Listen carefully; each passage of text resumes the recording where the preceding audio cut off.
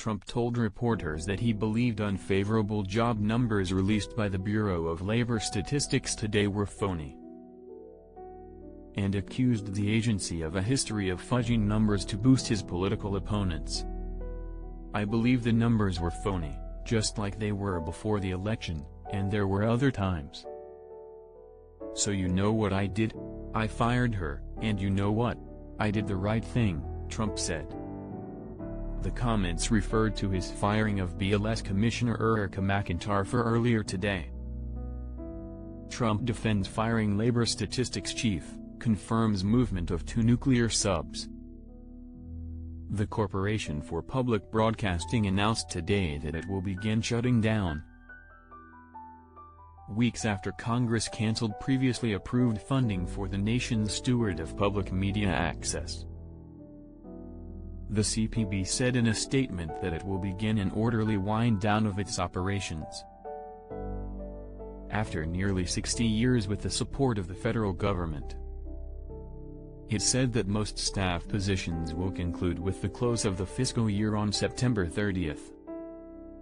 A small team of employees will remain through January 2026, it added. It did not specify how many people in total were being laid off. Despite the extraordinary efforts of millions of Americans who called, wrote, and petitioned Congress to preserve federal funding for CPB,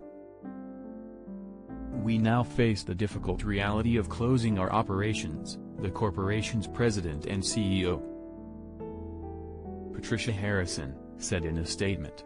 CPB remains committed to fulfilling its fiduciary responsibilities and supporting our partners through this transition with transparency and care.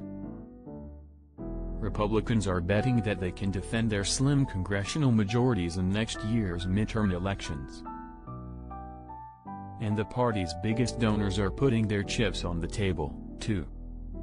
New fundraising reports filed Thursday for outside groups show that GOP mega-donors are engaged in the fight for Congress, steering $59.2 million to the main 2 super PACs involved in House and Senate races aligned with GOP leadership, Senate Leadership Fund and the Congressional Leadership Fund, throughout the first 6 months of the year.